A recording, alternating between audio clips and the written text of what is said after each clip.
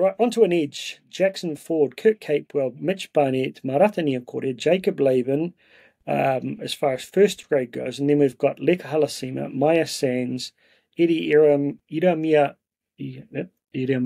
Hoyava, I'll get you to say it as well, and Dimitris Fakula. Who's starting for you on an edge and who's on a bench for you versus the Cowboys? Assuming everyone's fit. Yep, okay, if everyone's fit, I'd go back to the start, Jackson Ford and Kurt Capewell, albeit that I would leave Ford on the right side, where he's sort of gravitated to in recent weeks, and bring Capewell back on the left, where he's used to things. I always found that an interesting part of the puzzle when Kurt came in, and it was like, okay, how's this going to work? We've got two left guys. We tried to put Kurt on the right. Things sort of struggled. I'm not going to say it's down to him, but since Ford has moved over to the right, I feel like he's been a heck of a lot more steady and done a lot better job, albeit that he's just got to learn to, get those decoy runs and just avoid contact, that sort of thing. But yeah, I'd go with Ford on the right and Capewell on the left. I shake my head when I hear all the Facebook warriors talking about how shit Ford is and he shouldn't even be in first grade. You take him out of that how many interchanges you're going to have to make? Who else is making those 45 tackles a game at 96%? Who else is taking those hits when we're a metre off our line and our outside backs have just been knocked right back onto the line? He's your man. He just never stops. Kurt Capewell, we saw glimpses in sections in the Sharks game, but then ribs are going to impact on people's games. But I didn't watch a lot of him at the Broncos. I just get this feeling like he's a great player going forward. He does a lot of defense when you're going back, but he's not a guy who's going to turn momentum. He's not a guy who's probably going to, pull something out of his ass and win a game from behind. He's a really good workhorse, which I think you can get away with Marata on the bench. I don't think you could play him on the bench, and I think if you do have those guys capable of playing 80, it makes your options in the middle so much easier. But there are arguments that Marata running off SJ was an outstanding combination last year. We've seen Mitch Barnett being really good, having that big aggressive runner on an edge. In the past few weeks, that puts questions out there, but I tend to believe that Webby will go with that combination of Marata on the bench.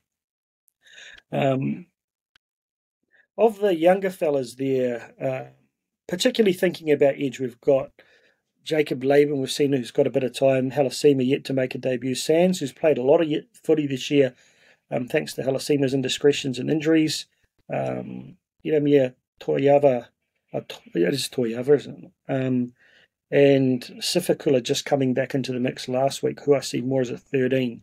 Who do you feel like we know Jacob's obviously a big factor, but out of Leka, Sands, and Eddie? For me, it's Leka.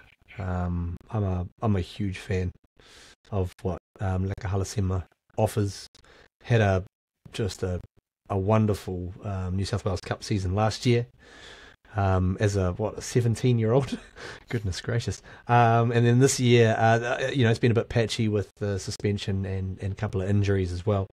But from what I've seen of him, especially the last couple of weeks, just watching him from the bench getting sort of, reintroduced to the action and seeing what he is bringing. Scored a great try against the Bears last week, just hit a gap and just bumped off a couple of guys.